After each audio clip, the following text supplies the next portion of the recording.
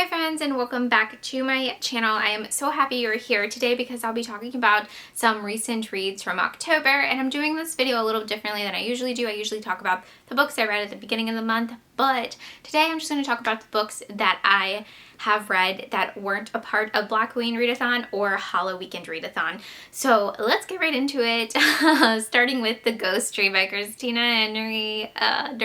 I nervous laughed because I did not like this book, and it's going to be hard to talk about because honestly I don't remember a ton about it. It's very forgettable. I know it's about this town, and every year a girl gets killed in this town, and it's like a sacrifice for this town, but the people in the town don't think it's weird or really remember or have a memory of it, and then one year this girl's dad ends up being killed, and so the monster of this town is upset, and it just, I wish it went another way around the story than it did. The main character is very annoying. It's a teenage girl, but you also get other POVs, but the main one was obnoxious. And yeah, I gave it 2 stars and I was really disappointed. The next book I ended up reading was actually for Stabathon. It was the only book I ended up reading for that readathon that week, and it was The Babysitter Lives by Stephen Graham Jones, and I did talk about this in a weekly reading vlog, so I'm not gonna go super into it. This is kind of a little fun novella, and it's about a babysitter, of course, babysitting these 2 twins, and they are very creepy at first, and they show her something that their house can do, and madness ensues.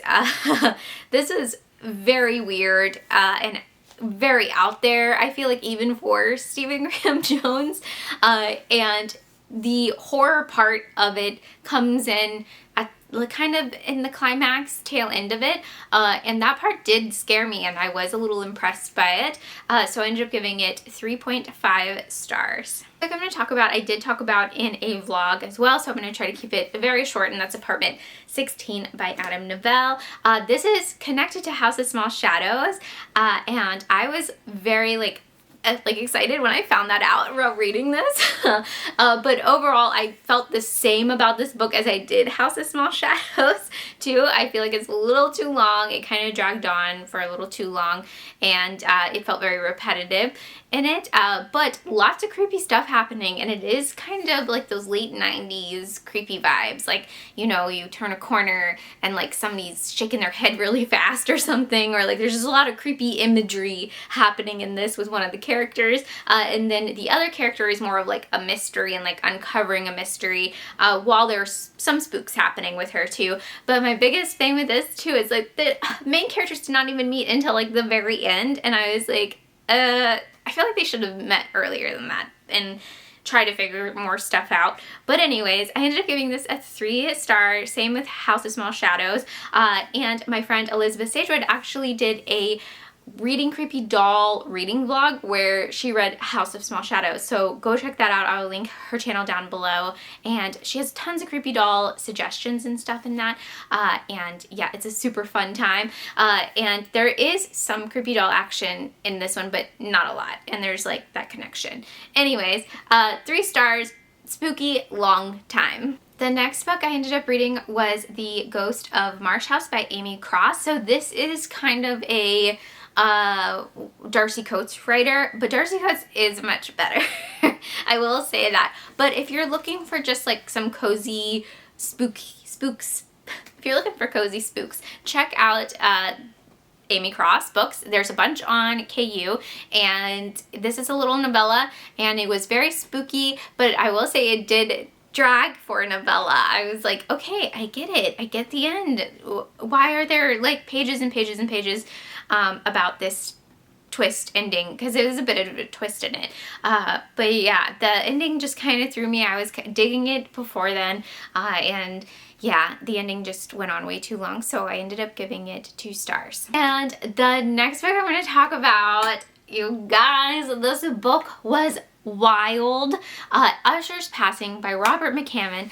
This was Kelsey's book club pick, her Midnight Society book club pick for October, and go read it. It is so good. This is my first McCammon book, so everybody's probably like, yeah, been there, done that. It came out in the 80s, Katrina. Where have you been?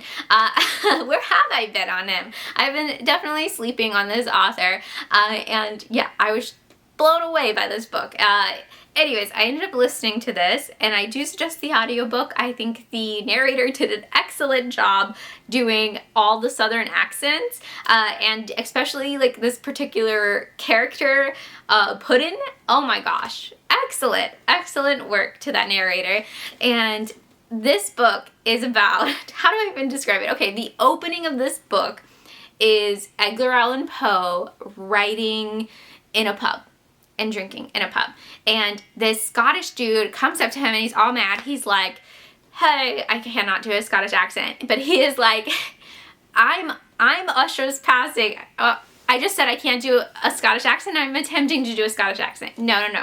He's like, hey, I'm Usher. Why did you write a book about my family? And Poe is like, what? I had no. I just made that up. I didn't know anything about, like, this is a work of fiction. I just made it up. And he, like, the Scotsman, the Usher, is like, I don't want you writing about my family anymore. Like, you need to, like, stop writing anything, and, like, threatens him pretty much. And poor Poe is just like, what is happening? And he's like a mess, you know. It's great. It's excellent. I loved it. I loved that opening. It had me laughing. It just felt very whimsical and excellent. It was great. Anyways, and then it jumps to 80s, present time in the 80s when this book was written, and we're following Rick Usher, who is like son of the Usher Empire, which they got rich making weapons, and have this crazy long family history that is insane in the membrane. It takes place in the mountains of North Carolina, and it's just a very whimsical, dark, disturbing journey, and I loved it. It's so great. There's some great imagery in this. There's a big spooky abandoned town. There's a spooky abandoned not circus, what do you call it, like a zoo. Yeah, there's just like crazy stuff in this book, and I was absolutely blown away. I'm giving it 5 stars because it was amazing. I love the ending. The ending is so dark and disturbing, and I'm here for it. I loved it, every second of it, and I cannot wait to read more from this author and to discuss it with Kelsey's book club. And yeah, it was just wonderful. I will be talking about this book for a very long time. The next book I'm going to talk about, I literally just finished before hitting record. So I don't know if I'm going to rate it yet, because I feel like I need to sit on it for a couple more hours at least before I rate it, and that is Halloween Slaughter by Sergio Gomez. I read this on KU, and I just had a blast with it. The opening of this book is so good. It's one of my favorite openings in a slasher. The tension, the dread, you're already there, you're already rooting for this character, and that is my biggest thing with slashers. I want to root for a character, and it was so great. It was so great. It is long. This is much longer than Camp Slaughter, and I think it needed it, honestly. I think it needed all the pages. It needed all these characters because a slaughter had to happen, right? And I really liked certain POVs in this. I especially have grown to really like Ignacio a lot, actually. As a, you know, you don't really like the killer POVs usually in a book, as a slasher. I don't personally. I'm like, I think they're boring sometimes, but and I felt that way, I believe, in Camp Slaughter, and the ending in Camp Slaughter kind of got me to give it a 4-star, but I was so into it. I was excited to read this book, and I'm even more excited for Final Slaughter. Yes, there is going to be a sequel, a trilogy, a 3rd book in this. So it does end on like, that gut-wrenching ending. But it was also really good, and it's taking a turn for a trope I absolutely love, especially in slashers. So I'm so excited. I really did enjoy this book, but again, I'm definitely leaning towards like a 5-star right now because I just finished it and I'm like, yes, yes, yes. But also I'm like, I might need to think about it a little more. But highly suggest if you have read Camp Slaughter, you need to read Halloween Slaughter this month because it was so much fun. It was so great.